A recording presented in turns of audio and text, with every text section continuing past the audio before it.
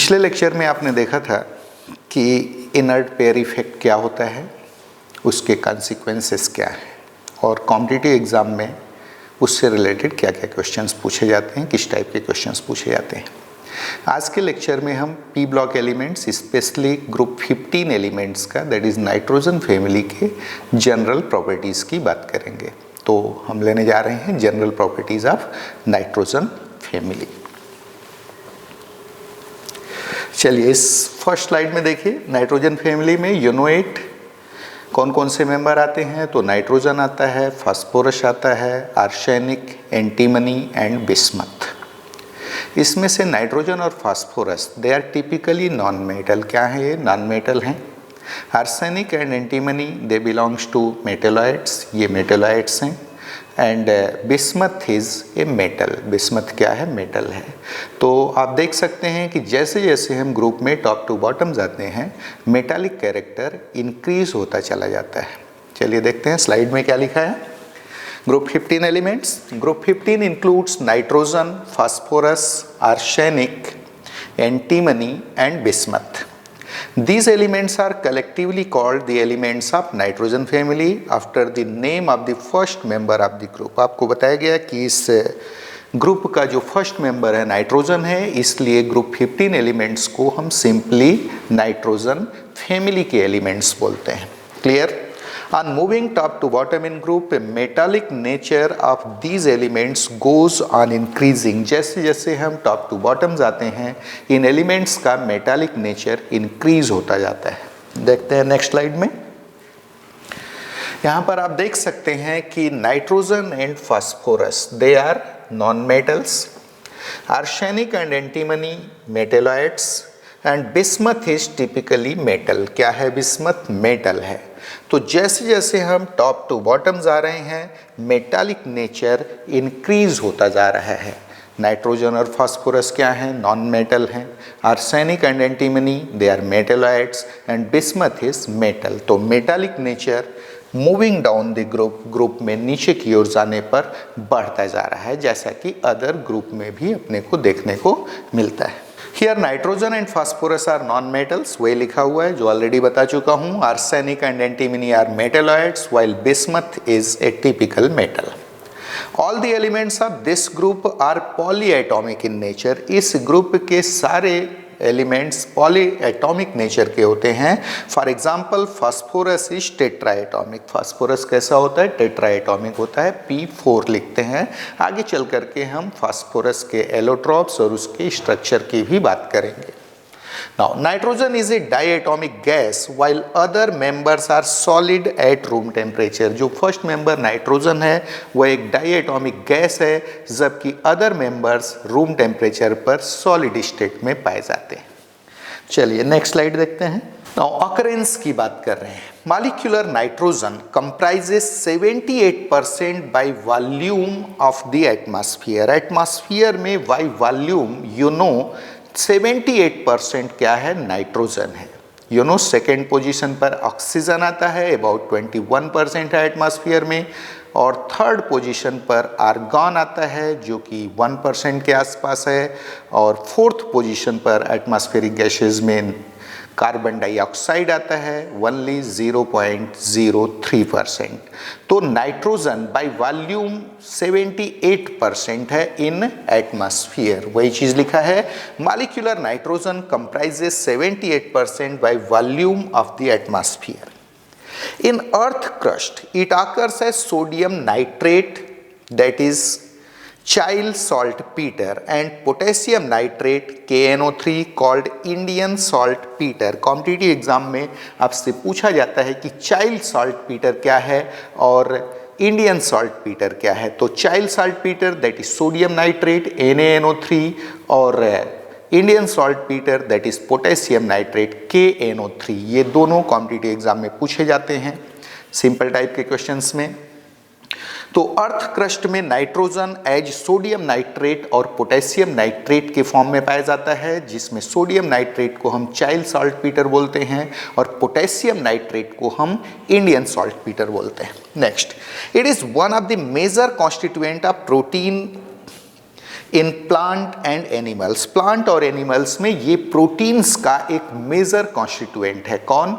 Nitrogen. तो आपने देखा कि नाइट्रोजन का अकरेंस कहाँ है? 78% बाय वॉल्यूम इन एटमॉस्फेयर है। अर्थ क्रस्ट में यह सोडियम नाइट्रेट और पोटेशियम नाइट्रेट के फॉर्म में पाया जाता है। और तीसरी चीज आपने देखा कि यह प्रोटीन्स का, बायोमॉलिक्यूल्स में आता है प्रोटीन्स, प्रोटीन्स का एक मेजर कॉन्स्टिट्यूएंट है। कौन? नाइट्रोजन। ना फास्फोरस की बात करते हैं। फास्फोरस का अकरेंस, फास्फोरस किस फॉर्म में पाया जाता है? तो फास्फोरस जो रॉक्स है उसका एक मेजर कॉन्स्टिट्यूएंट है। एपेटाइट फैमिली के जो मिनरल्स होते हैं उसमें पाया जाता है। तो आप देख सकते हैं phosphorus occurs in minerals of the apatite family. Apatite family का एक जनरल फार्मूला आपके सामने लिखा हुआ है CA9PO4 6.CaX2 where X can be fluorine, chlorine or OH group. For example, फ्लोरएपेटाइट का फार्मूला यहाँ पर दिया हुआ है जो कि एपेटाइट फैमिली का एक मेंबर है। CA9PO4 6 देन CaF2 इस X की जगह कौन आ गया है? F2 आ गया। तो आपने देखा कि फास्फोरस जो रॉक्स का एक इंपॉर्टेंट कॉन्स्टिट्यूएंट है, यह एपेटाइट फैमिली के मिनरल्स में पाया जाता है। और एपेटाइट फैमिली के मिनरल्स का जो जनरल फार्मूला है वह है CA9PO4 6 CaX2। पूछा जाता है कि जो एपेटाइट फैमिली का रॉक हैं उसका मेन कॉन्स्टिट्यूएंट कौन है या कौन कौन से उसमें कॉन्स्टिट्यूएंट होते हैं, तो याद रहे उसका एक मेजर कॉन्स्टिट्यूएंट फास्फोरस है। Now These are the main components of phosphate rocks. Phosphate rock का main component है कौन? एपेटाइट फैमिली के जो मिनरल्स हैं। Now, it is also an essential constituent of bones and is also present in milk and eggs as phosphoprotein. याद रहे यह bones का भी एक कॉन्स्टिट्यूएंट है। कौन? फास्फोरस। और मिल्क और एग में फास्फोप्रोटीन के फॉर्म में पाया जाता है। तो फास्फोरस का अकरेंस आपने देखा कि यह एपेटाइट फैमिली के मिनरल्स में पाया जाता है। दूसरा आपने देखा कि यह बोन्स का भी कॉन्स्टिट्यूएंट है। तीसरा आपने देखा कि एग्स और मिल्क में फास्फोप्रोटीन के फॉर्म में ये पाया जाता है। कौन? फास्फोरस। बारी आई आर्सेनिक, एंटीमनी और बिस्मथ का। ये मेनली सल्फाइड के फॉर्म में पाए जाते हैं इन अर्थ क्रस्ट। तो आपने देखा कि arsenic, antimony and bismuth are found mainly as sulphide minerals. किस फॉर्म में पाए जाते हैं? ये मेनली सल्फाइड मिनरल्स के फॉर्म में पाए जाते हैं। चलिए आगे चलते हैं। तो हम देखते हैं atomic and physical properties of nitrogen family. Nitrogen family के एलिमेंट्स के एटॉमिक और फिजिकल प्रॉपर्टीज़ क्या क्या हैं। तो उसमें सबसे पहला हम लेने जा रहे हैं electronic configuration. You know outer shell electronic configuration of the elements of nitrogen family, that is 15th group element. इनका आउटर सेल इलेक्ट्रॉनिक कन्फिगरेशन है NH2NP3। यहाँ पर आउटर मोस्ट सेल में टोटल 5 इलेक्ट्रॉन होते हैं जिसमें से 2 इलेक्ट्रॉन s ऑर्बिटल में होते हैं। याद रहे s ऑर्बिटल कंप्लीटली फिल्ड है यहाँ पर। और p ऑर्बिटल जो है वो हाफ फील्ड कन्फिगरेशन में होता है, that is px1, py1 and pz1 का कन्फिगरेशन होता है। आप देख सकते हैं the general outer shell electronic configuration of these elements is NH2NP3। Here s orbital is completely filled while p orbitals are half filled.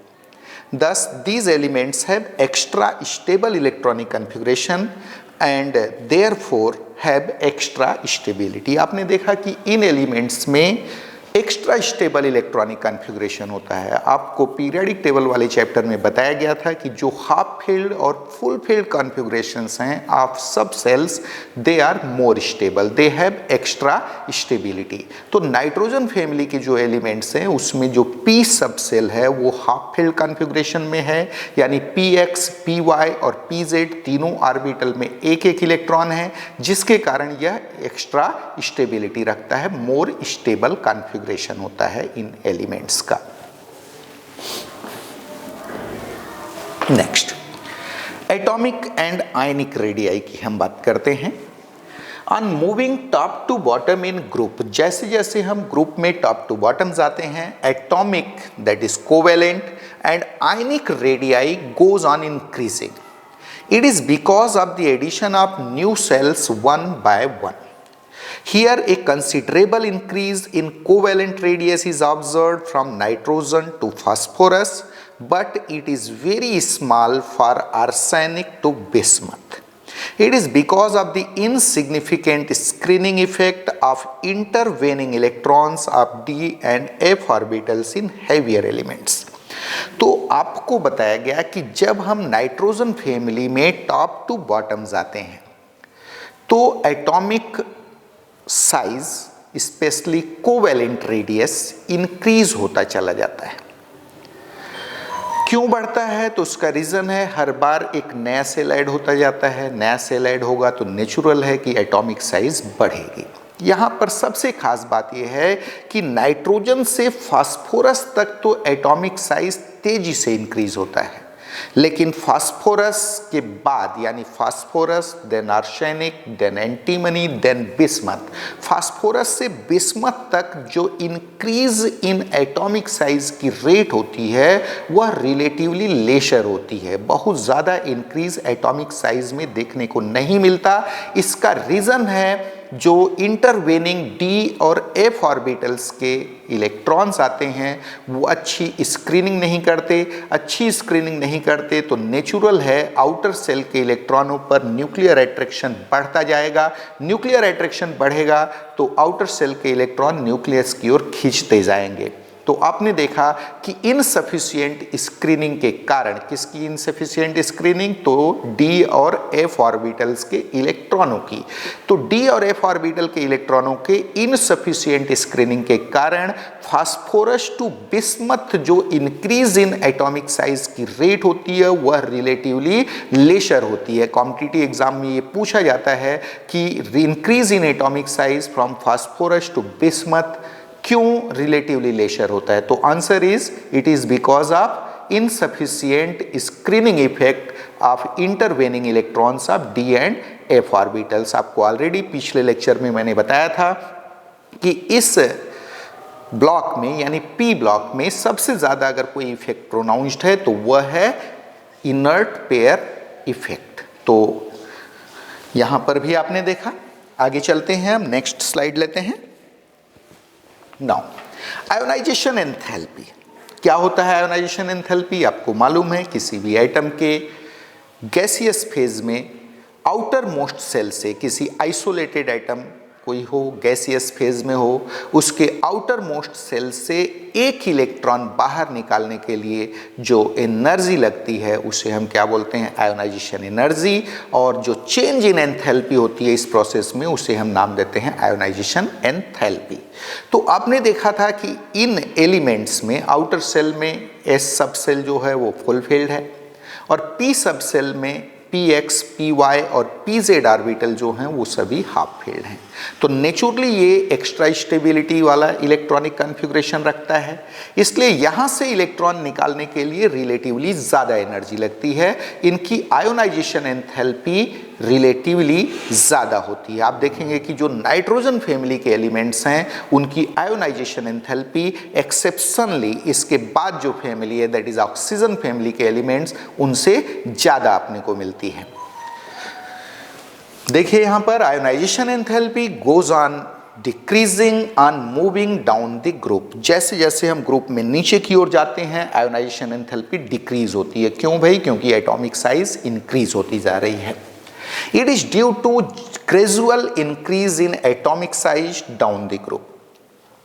Due to extra stable half-filled electronic configuration of p orbitals and smaller atomic size, the ionization enthalpy of group 15 elements is found to be much greater than that of group 14 elements of the corresponding period. यहाँ एक चीज़ और बताया गया है कि इन elements का जो ionisation enthalpy है जस्ट उसके पहले वाले ग्रुप से अगर हम कंपेयर करें, ग्रुप 14 से कंपेयर करें तो उससे रिलेटिवली ज़्यादा होता है। तो ये तो इन ट्रेंड है, जैसे जैसे आप किसी भी ग्रुप में लेफ्ट टू राइट जाते हैं आयोनाइजेशन एंथैल्पी बढ़ती है। तो 14 से ज़्यादा ग्रुप 15 का है, ये तो इन ट्रेंड है, इसमें कोई एक्सेप्शन की बात नहीं है। लेकिन जब हम 15 और 16 को कंपेयर करते हैं तो ग्रुप 15 से ज़्यादा आयोनाइजेशन एंथैल्पी किसका होना चाहिए था? ग्रुप 16 के एलिमेंट्स का। लेकिन ऐसा नहीं देखा गया। देखा गया कि ग्रुप 15 के जो एलिमेंट्स हैं उनकी ionisation enthalpy exceptionally corresponding group 16 के एलिमेंट से क्या पाई गई? ज़्यादा पाई गई। तो ये एक एक्सेप्शनल केस बनता है। Similarly, due to more stable half-filled electronic configuration of p orbitals, the ionization enthalpy of the elements of group 15 are found to be exceptionally higher than those of the elements of group 16 of respective period. For example, the ionization enthalpy of nitrogen is found to be exceptionally higher than that of oxygen. याद रहे आपके board exam में ये एक reasoning question पूछता है कि ionization enthalpy of nitrogen is found to be exceptionally higher than that of oxygen. Give the reason. इसका कारण क्या है? तो रीजन आपको मालूम है, यहाँ रीजन ये है कि नाइट्रोजन फैमिली में p ऑर्बिटल्स जो हैं वो हाफ फील्ड हैं। नाइट्रोजन फैमिली के एलिमेंट्स का जो general outer shell electronic configuration है p सब सेल का है वो हाफ फील्ड है। नेचुरली ये कॉन्फ़िगरेशन मोर स्टेबल है, तो यहाँ से इलेक्ट्रॉन बाहर निकालने के लिए ज़्यादा एनर्जी की ज़रूरत पड़ती है और यही रीज़न है कि इनकी आयोनाइजेशन एंथैल्पी एक्सेप्शनली हायर होती है as compare to those of the elements of group 16, that is oxygen family के जो एलिमेंट्स हैं उनकी अपेक्षा नाइट्रोजन फैमिली के एलिमेंट्स की आयोनाइजेशन एंथैल्पी ज़्यादा होती है। चलिए एक रीजनिंग क्वेश्चन देखते हैं। Now give the reason. याद रहे बोर्ड जो आपका एग्जाम होता है उसमें ये क्वेश्चन आपसे पूछा जाता है। Give the reason first ionization enthalpy of nitrogen is found to be exceptionally higher than that of oxygen. Now answer the electronic configuration of nitrogen and oxygen are as under. देखिए nitrogen 7 का electronic configuration क्या है? 1s2 2s2 2px1 2py1 2pz1। आप देख सकते हैं कि p subshell के सारे ऑर्बिटल में एक एक इलेक्ट्रॉन है। यहाँ p subshell half field configuration के कंडीशन में है। O8 का केस देखिए 1s2 2s2 2px2 2py1 2pz1। यहाँ पर p सबसेल हाफ फील्ड का कंडीशन नहीं है बल्कि हाफ फील्ड से एक इलेक्ट्रॉन यहाँ ज़्यादा हो चुका है। आप देख सकते हैं कि px ऑर्बिटल में 2px ऑर्बिटल में 2 इलेक्ट्रॉन हैं जबकि 2py और 2pz में एक एक इलेक्ट्रॉन है। तो नेचुरली ऑक्सीजन के केस में जो p सबसेल का इलेक्ट्रॉनिक कॉन्फ़िगरेशन है वह हाफ फील्ड नहीं है, वह ज़्यादा स्टेबल कॉन्फ़िगरेशन नहीं है। Here in case of nitrogen, electron is removed from 2p subcell having more stable half-filled electronic configuration. Hence, it requires relatively more energy for the removal of electron. Thus, it has exceptionally higher value of its first ionization enthalpy. तो first ionization enthalpy क्या होती है? पहला electron बाहर निकालने के लिए कितनी एनर्जी लग रही है, उस समय कितना एंथैल्पी चेंज हो रहा है, उसको हम क्या नाम देते हैं? First ionization enthalpy. तो आपने देखा कि नाइट्रोजन में p सबसेल से इलेक्ट्रॉन बाहर निकलेगा। p subshell half field configuration रखा हुआ है, मोर स्टेबल कॉन्फ़िगरेशन है, तो नेचुरली यहाँ से पहला इलेक्ट्रॉन निकालने के लिए हमको ज़्यादा एनर्जी लगानी पड़ेगी, एंथैल्पी चेंज ज़्यादा होगा। तो naturally first ionization enthalpy nitrogen की ज़्यादा होगी एज कंपेयर टू ऑक्सीजन। वहीं ऑक्सीजन के केस में आप देखेंगे इलेक्ट्रॉन जो p सबसेल से निकलेगा वह न तो हाफ फील्ड है न ही फुल फील्ड है, नेचुरली लेस स्टेबल कॉन्फ़िगरेशन है, तो यहाँ हमको कम एनर्जी लगानी पड़ेगी। Now, On the other hand, in case of oxygen, electron is also removed from 2p orbital, but it has neither half-filled nor full-filled electronic configuration. Hence, it requires relatively lesser energy for the removal of electron. Thus, it has relatively lesser value of its first ionization enthalpy. तो आप देखोगे कि first ionization enthalpy की अगर हम बात करें तो नाइट्रोजन की first ionization enthalpy exceptionally higher है देन ऑक्सीजन। लेकिन जब हम बात सेकेंड आयोनाइजेशन एंथैल्पी की करते हैं तो सेकेंड आयोनाइजेशन एंथैल्पी में उल्टा हो जाता है। आप देखेंगे second ionization enthalpy of nitrogen is lesser than that of oxygen. क्या रीजन है तो हम आगे देखते हैं। After removal of one electron, the case gets reversed. Hence, second ionization enthalpy of oxygen is more than that of nitrogen. एक electron निकालने के बाद जो मोनो पॉजिटिव आयन बनेगा उसका इलेक्ट्रॉनिक कॉन्फ़िगरेशन अगर हम देखेंगे तो बिल्कुल केस रिवर्स देखने को मिलेगा। चलिए देखते हैं नेक्स्ट स्लाइड में। यहां देखिए N+ और O+ का इलेक्ट्रॉनिक कॉन्फ़िगरेशन दिया हुआ है, यानी एक इलेक्ट्रॉन जब नाइट्रोजन एटम निकाल देता है वह N+ बना लेता है, ऑक्सीजन एटम निकालता है तो O+ बना लेता है।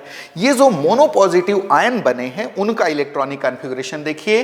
N+ ion that is 1s2 2s2 2px1 2py1 2pz0। याद रहे p सबसेट था जो हाफ फील्ड कॉन्फ़िगरेशन था, मोर स्टेबल कॉन्फ़िगरेशन था, वो यहाँ वेनिश्ड हो गया है, खत्म हो गया है।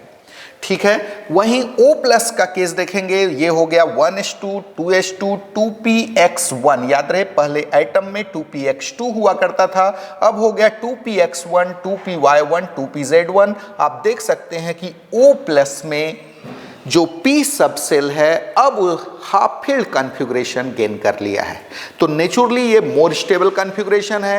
अब O+ से इलेक्ट्रॉन यानी दूसरा इलेक्ट्रॉन जब हम बाहर निकालेंगे तो हमको ज़्यादा एनर्जी लगानी पड़ेगी, तो naturally second ionization enthalpy of oxygen will be more than that of nitrogen. चलिए नेक्स्ट केस देखते हैं, नेक्स्ट स्लाइड। Now electronegativity. आपको मालूम है जब हम किसी ग्रुप में टॉप टू बॉटम जाते हैं तो इलेक्ट्रोनेगेटिविटी लगातार डिक्रीज होती जाती है। यहाँ भी वही ट्रेंड देखने को मिलेगा। The electronegativity of different elements in general decreases down the group due to increase of atomic size. However in heavier elements the difference is relatively less pronounced। क्या बताया गया, जब हम टॉप टू बॉटम जाते हैं तो इलेक्ट्रोनेगेटिविटी डिक्रीज होती जाती है। क्यों? क्योंकि एटॉमिक साइज बढ़ती जाती है, लेकिन ये जो डिक्रीज है वो लेस प्रोनाउंस्ड है इन हैवियर एलिमेंट्स। हैवियर एलिमेंट्स में वह थोड़ा कम प्रोनाउंस्ड है, मतलब वहाँ इलेक्ट्रोनेगेटिविटी का जो डिक्रीज है वो थोड़ा धीमा होता है, जबकि लाइटर एलिमेंट्स में डिक्रीज इन इलेक्ट्रोनेगेटिविटी तेजी से होता है। मेल्टिंग पॉइंट की अगर हम बात करें, ये सब कुछ जनरल प्रॉपर्टीज हैं, कोई बहुत इंपॉर्टेंट नहीं है। तो melting point it increases up to arsenic and then decreases up to bismuth. आप देखेंगे nitrogen, phosphorus, then arsenic. Nitrogen से आर्सेनिक तक मेल्टिंग पॉइंट इंक्रीज होता है, बढ़ता है, लेकिन आर्सेनिक के बाद arsenic, then antimony, then bismuth, arsenic से बिस्मथ तक ये डिक्रीज होता चला जाता है। तो आपने देखा कि melting point it increases up to arsenic and then decreases up to bismuth. बारी आई एलोट्रोपिज्म की।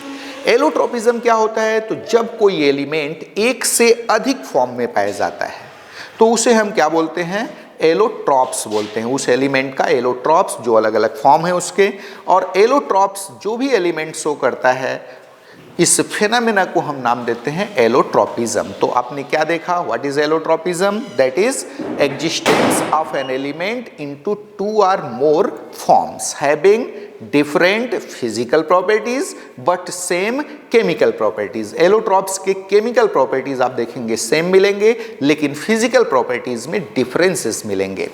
तो allotropism except nitrogen all the elements of group 15 show allotropism. Nitrogen के अलावा सारे एलिमेंट्स इस ग्रुप के एलोट्रोपिज्म शो करते हैं। कॉम्पिटिटिव एग्जाम में क्वेश्चन पूछता है कि नाइट्रोजन फैमिली का कौन सा मेंबर है, कौन सा एलिमेंट है जो एलोट्रोपिज्म शो नहीं करता, then answer is nitrogen. Nitrogen के अलावा फास्फोरस, आर्सेनिक, एंटीमनी, बिस्मथ सब के सब एलोट्रोपिज्म शो करते हैं, जिनमें से स्पेशली फास्फोरस के एलोट्रोप्स को हम अलग से स्टडी करेंगे आगे। चलिए आगे चलते हैं। Now oxidation state and trends in chemical reactivity, बहुत ही इंपॉर्टेंट पॉइंट। नाइट्रोजन फैमिली के ऑक्सीडेशन स्टेट्स और केमिकल रिएक्टिविटी में उनका ट्रेंड। चलिए पहले रीड करते हैं। The most common oxidation states of the elements of nitrogen family are -3, +3 and +5। याद रहे नाइट्रोजन फैमिली के जो एलिमेंट्स हैं उनका मोस्ट कॉमन ऑक्सीडेशन स्टेट है -3, +3 and +5। Now the tendency to show -3 oxidation state decreases down the group due to increase of atomic size and metallic character. Last member of the group, that is bismuth, does not show -3 oxidation state। याद रहे हम पहले -3 की बात करते हैं तो -3 oxidation state, ये नेगेटिव ऑक्सीडेशन स्टेट, आपको मालूम है नेगेटिव ऑक्सीडेशन स्टेट कौन शो करता है, नॉन मेटल शो करते हैं। तो जब हम टॉप टू बॉटम जाते हैं तो एटॉमिक साइज इंक्रीज होते जाती है, मेटालिक कैरेक्टर बढ़ता जाता है, इसलिए नेगेटिव ऑक्सीडेशन स्टेट शो करने की टेंडेंसी घटती चली जाती है। और बिस्मथ, नाइट्रोजन फैमिली में बिस्मथ एक ऐसा एलिमेंट है जो नेगेटिव ऑक्सीडेशन स्टेट शो नहीं करता। तो आपने देखा कि नाइट्रोजन फैमिली में जब हम टॉप टू बॉटम चलते हैं तो -3 ऑक्सीडेशन स्टेट शो करने की टेंडेंसी घटती जाती है और बिस्मथ में ये टेंडेंसी बिल्कुल नहीं पाई जाती। चलिए आगे बढ़ते हैं।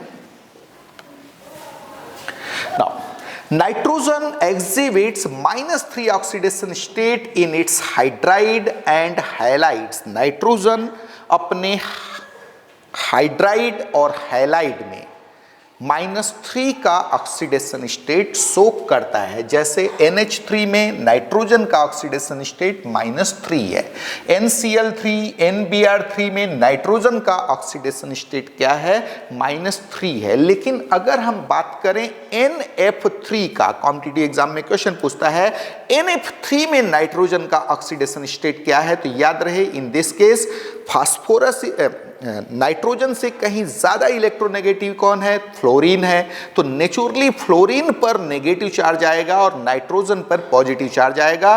तो यहां नाइट्रोजन का ऑक्सीडेशन स्टेट होगा +3। तो आप देखेंगे NF3 में नाइट्रोजन का ऑक्सीडेशन स्टेट कितना है, +3 है। तो क्यों है, क्योंकि fluorine is more electronegative than nitrogen. आपको मालूम है अगर हम हाईएस्ट इलेक्ट्रोनेगेटिविटी वाले एलिमेंट की बात करें तो सबसे टॉप मोस्ट पोजीशन पर है फ्लोरीन, सेकेंड हाईएस्ट इलेक्ट्रोनेगेटिविटी होती है ऑक्सीजन की और थर्ड पोजीशन पर आता है नाइट्रोजन।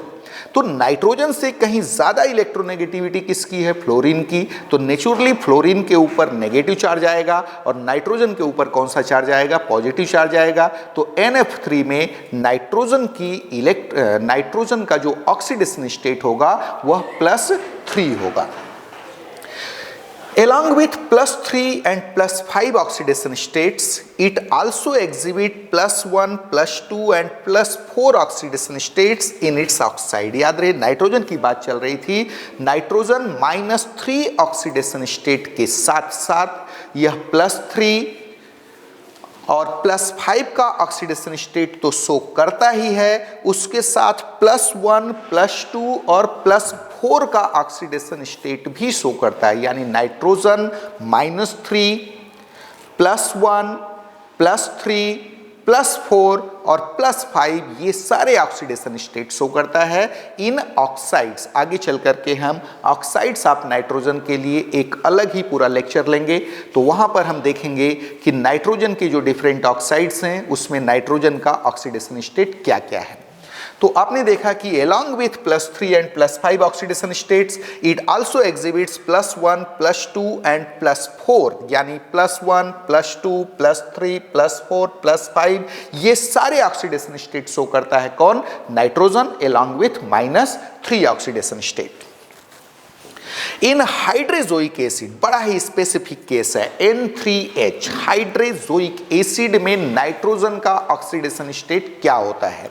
तो आप देखोगे कि in hydrazoic acid that is N3H, competitive exam में खूब पूछता है केस, हाइड्रोजोइक एसिड में नाइट्रोजन का oxidation state, the oxidation state of nitrogen is -1/3। कितना होता है? -1/3 होता है, क्योंकि हाइड्रोजन का आप +1 लोगे, नाइट्रोजन का सपोज आपने पर आइटम x मान लिया तो 3x + 1 = 0 लेंगे, तो यहां पर x का वैल्यू आ जाएगा कितना?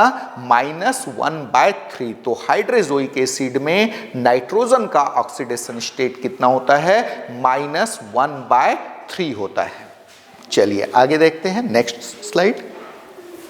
Now all the oxidation states of nitrogen tend to disproportionate in acidic solution to form +1 to +4 oxidation state। क्या बताया गया कि नाइट्रोजन का जो all the oxidation states of nitrogen, nitrogen के सारे ऑक्सीडेशन स्टेट डिसप्रपोर्शनेट होने की टेंडेंसी रखते हैं। एक एग्जांपल यहां दिखाया गया है 3HNO3, जहां पर नाइट्रोजन का ऑक्सीडेशन स्टेट है +3, ये डिकम्पोज होकर बनाता है HNO3, जहां पर नाइट्रोजन का ऑक्सीडेशन स्टेट है +5 + H2O + 2NO, जहां पर नाइट्रोजन का ऑक्सीडेशन स्टेट है +2।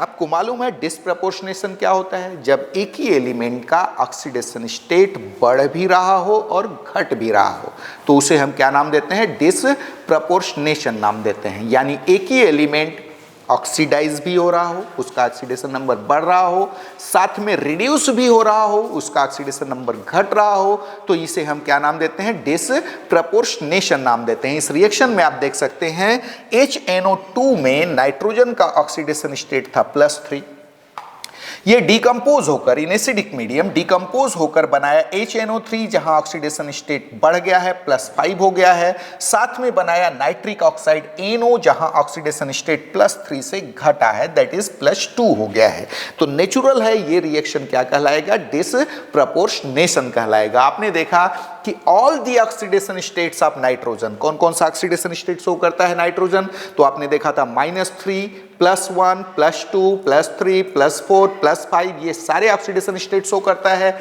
All the oxidation states of nitrogen tend to disproportionate in acidic solution. कौन से सॉल्यूशन में? एसिडिक सॉल्यूशन में, फ्रॉम +1 टू +4। कहां से कहां तक डिसप्रपोर्शनेट होते हैं? +1 से +4 तक ऑक्सीडेशन स्टेट्स। फॉर एग्जांपल ये आपने देखा 3HNO3 gives 3HNO2 gives HNO3 + H2O + 2NO। आगे phosphorus exhibits -3 oxidation state in its hydride PH3। PH3 में फास्फोरस का ऑक्सीडेशन स्टेट क्या है? तो -3 है। Along with +3 and +5 oxidation states, it also shows +1 and +4। याद रहे +3 और +5 के साथ साथ, +3 और +5 पिछले लेक्चर में ऑलरेडी हमने आपको डिटेल किया था, बताया था कि नाइट्रोजन फैमिली का जो जनरल ऑक्सीडेशन स्टेट है, जो नॉर्मल ऑक्सीडेशन स्टेट है, वो +5 है, लेकिन +5 से 2 कम यानी +3 के भी ऑक्सीडेशन स्टेट शो करते हैं इस फैमिली के heavier elements, and it is due to inert pair effect. पूरा का पूरा लेक्चर इनर्ट पेयर इफेक्ट पर था पिछला, आपने देखा भी था। तो यहां आप देखते हैं कि phosphorus exhibits -3 oxidation state in its hydride that is PH3। Along with +3 and +5 oxidation states, it also shows +1 and +4 oxidation states in some of its oxo acids। कुछ oxo acids में यह +1 और +4 का ऑक्सीडेशन स्टेट भी show करता है, जो कि एक अनकॉमन ऑक्सीडेशन स्टेट है, लेकिन फास्फोरस शो करता है। आगे हम पूरा टॉपिक पढ़ेंगे ऑक्सो एसिड्स ऑफ फास्फोरस का, क्वांटिटिव के हिसाब से, क्वांटिटिव पॉइंट ऑफ व्यू से बहुत ही इंपॉर्टेंट पॉइंट है वो। तो वो अलग से हम एक टॉपिक लेंगे, उसमें देखेंगे ऑक्सो एसिड्स ऑफ फास्फोरस क्या हैं, उनका नेचर कैसा होता है, क्या क्या क्वेश्चन उससे रिलेटेड आ सकते हैं। तो हम अलग से लेक्चर लेंगे जहां पर फास्फोरस +1 और +4 का ऑक्सीडेशन स्टेट भी शो करेगा। Now all the intermediate oxidation states of phosphorus disproportionate into +5 and -3। याद रहे हाईएस्ट ऑक्सीडेशन स्टेट फास्फोरस का +5 और लोवेस्ट ऑक्सीडेशन स्टेट -3। तो जो इंटरमीडिएट ऑक्सीडेशन स्टेट्स हैं वो इन दोनों रेंज के बीच डिस्प्रपोर्शनेट होते हैं, यानी ऑक्सीडेशन स्टेट उनका बढ़ता भी है और घटता भी है। तो क्या देख रहे हैं, all the intermediate oxidation states of phosphorus disproportionate into +5 and -3 oxidation state both in acidic and alkaline solution. Nitrogen के केस में आपने देखा था कि वह एसिडिक मीडियम में डिस्प्रपोर्शनेट हो रहा था। फास्फोरस एसिडिक और अल्कलाइन दोनों मीडियम में डिस्प्रपोर्शनेट होगा और वहां पर ऑक्सीडेशन स्टेट जो होगा वो डिस्प्रपोर्शनेट होगा किसके किसके बीच, +5 एंड -3 के बीच। All the intermediate oxidation states of phosphorus disproportionate into +5 and -3, यानी बढ़ेगा ऑक्सीडेशन स्टेट तो +5 हो जाएगा और घटेगा तो कितना हो जाएगा, -3 हो जाएगा। इसको ध्यान देंगे, इनके बीच डिस्प्रपोर्शनेट होता है, इन दोनों में डिस्प्रपोर्शनेट होता है, ऐसा कह सकते हैं। Now for arsenic, antimony and bismuth, +3 oxidation states becomes increasingly stable with respect to disproportionation। Disproportionation के रेस्पेक्ट में +3 ऑक्सीडेशन स्टेट इंक्रीजिंगली स्टेबल होता जाता है, यानी डिस्प्रपोर्शनेट होने की टेंडेंसी आर्सेनिक और एंटीमनी और बिस्मथ में, आर्सेनिक एंटीमनी और बिस्मथ में डिस्प्रपोर्शनेट होने की ये टेंडेंसी क्या होती जाती है, घटती चली जाती है। Now next, due to inert pair effect the stability of +5 oxidation state decreases down the group while the stability of +3 oxidation state increases down the group। आपने पिछले लेक्चर में इसको बहुत डिटेल में पढ़ा था कि जैसे जैसे हम टॉप टू बॉटम जाते हैं किसी भी ग्रुप में, जो हायर ऑक्सीडेशन स्टेट है उसकी स्टेबिलिटी घटती चली जाती है और लोअर ऑक्सीडेशन स्टेट की स्टेबिलिटी बढ़ती चली जाती है। तो यहाँ पर भी due to inert pair effect the stability of +5 oxidation state decreases down the group while the stability of +3 oxidation state increases down the group। For bismuth, +3 oxidation state is the most stable oxidation state। Bi5, इस compound को याद रखिए, Bi5 is the only compound where bismuth shows +5 oxidation state। Competitive exam में पूछा जाता है कि bismuth एकमात्र कंपाउंड है जहां +5 ऑक्सीडेशन स्टेट शो करता है, दैट इज Bi5। अदरवाइज इसके लिए मोस्ट स्टेबल ऑक्सीडेशन स्टेट कौन सा है, तो +3 है। क्यों है, due to inert pair effect. Now covalency, covalency क्या होता है, तो number of covalent bonds formed by an atom. कोई एटम कितने कोवैलेंट बॉन्ड बनाता है, तो याद रहे नाइट्रोजन का जो हाईएस्ट कोवैलेंसी है दैट इज 4, क्योंकि आउटर मोस्ट सेल में, नाइट्रोजन के केस में outermost shell second shell है जिसमें टोटल 4 ऑर्बिटल हैं, that is 2s 2px 2py and 2pz। तो यहाँ पर मैक्सिमम कोवैलेंसी कितनी हो सकती है, इसकी 4। Nitrogen cannot expand it's covalency because इसके आउटर मोस्ट सेल में d ऑर्बिटल नहीं है। बाकी के सारे एलिमेंट्स अपनी कोवैलेंसी को एक्सपेंड कर सकते हैं और उनकी कोवैलेंसी, हाईएस्ट कोवैलेंसी बढ़ सकती है, 4 से ज़्यादा हो सकती है। आप देखोगे ये पेंटावैलेंट कंपाउंड बनाते हैं, पेंटा कोवैलेंट होते हैं। तो क्या देखेंगे, in nitrogen only 4 orbitals 1s and 3p are available in valence shell, that is outermost shell for bonding, hence its maximum covalency is restricted to 4। याद रहे कॉम्पिटिटिव एग्जाम में पूछता है क्वेश्चन, नाइट्रोजन की मैक्सिमम कोवैलेंसी कितनी हो सकती है, तो याद रहे answer is 4। Since The heavier elements contain vacant d orbitals in their outermost shell. They can expand their covalency beyond 4. For example, phosphorus shows a highest covalency of 5 and forms PCl5. Phosphorus highest covalency 5 का show करता है और PCl5 बनाता है। देखिए कैसे, हम देखते हैं नेक्स्ट स्लाइड में। एक रीजनिंग क्वेश्चन यहाँ लिखा हुआ है, give the reason nitrogen does not form pentahalide. Nitrogen pentahalide नहीं बनाता, while phosphorus can do so. Phosphorus ऐसा कर सकता है, क्या रीजन है? तो ऑलरेडी आपको मालूम है नाइट्रोजन में second shell outermost shell है जिसमें वैकेंट डी ऑर्बिटल नहीं पाए जाते, इसलिए यह अपना वैलेंसी एक्सपेंड नहीं कर पाता। इसकी हाईएस्ट कोवैलेंसी कितनी होती है? 4 होती है। लेकिन फास्फोरस के आउटर मोस्ट सेल में, दैट इज थर्ड सेल में, वैकेंट डी ऑर्बिटल होते हैं, इसलिए यह अपने कोवैलेंसी को एक्सपेंड कर सकता है। देखिए क्या लिखा है, in nitrogen only 4 orbitals 1s and 3p are available in valence shell, that is second shell, for bonding. Hence, its maximum covalency is restricted to 4 and it cannot form pentahalides such as NCl5. याद रहे nitrogen pentahalide नहीं बना सकता क्योंकि यह पेंटा covalency show नहीं कर सकता। On the other hand, phosphorus contains vacant d orbitals in its outermost cell, that is third cell, and therefore it can expand its covalency beyond 4 and forms pentahalides such as PCl5. देखिए आप next slide में, यहां आप देखिए phosphorus का electronic configuration, ground state electronic configuration लिखा है 3s2 3px1 y1 z1। इस ग्राउंड स्टेट में अगर आप कोवैलेंसी देखेंगे फास्फोरस का तो 3 है। याद रहे आपसे इस टाइप का क्वेश्चन भी पूछा जाता है, किसी भी एटम का किसी स्टेट में कोवैलेंसी पूछता है। तो कोवैलेंसी क्या होता है? That is number of half filled orbital in an atom. किसी भी एटम में जो हाफ फील्ड ऑर्बिटल है वही उसकी कोवैलेंसी होगी। क्लियर? तो क्यों भाई? क्योंकि जो हाफ फील्ड ऑर्बिटल होते हैं वही ओवरलैपिंग करते हैं, वही कोवैलेंट बॉन्ड बनाते हैं। तो नेचुरल है फास्फोरस का ग्राउंड स्टेट में आप देख सकते हैं 3 हाफ फील्ड ऑर्बिटल है इसके पास, तो इसकी कोवैलेंसी कितनी होगी? 3 होगी। वहीं फास्फोरस 15 जब एक्साइटेड स्टेट में जाता है 3s का एक इलेक्ट्रॉन ट्रांसफर कर देता है 3d ऑर्बिटल में, तो कॉन्फ़िगरेशन हो गया 3s1 3px1 3py1 3pz1 and 3d1। Now it has 5 half filled orbital. अब इसके पास 5 हाफ फील्ड ऑर्बिटल है, 1 2 3 4 5। तो नेचुरली ये 5 कोवैलेंट बॉन्ड बना सकता है और इसकी कोवैलेंसी कितनी हो सकती है?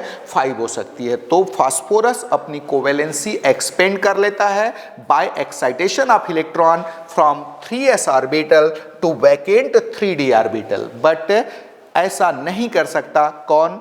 नाइट्रोजन, क्योंकि उसके आउटर मोस्ट सेल में वैकेंट डी ऑर्बिटल नहीं होते।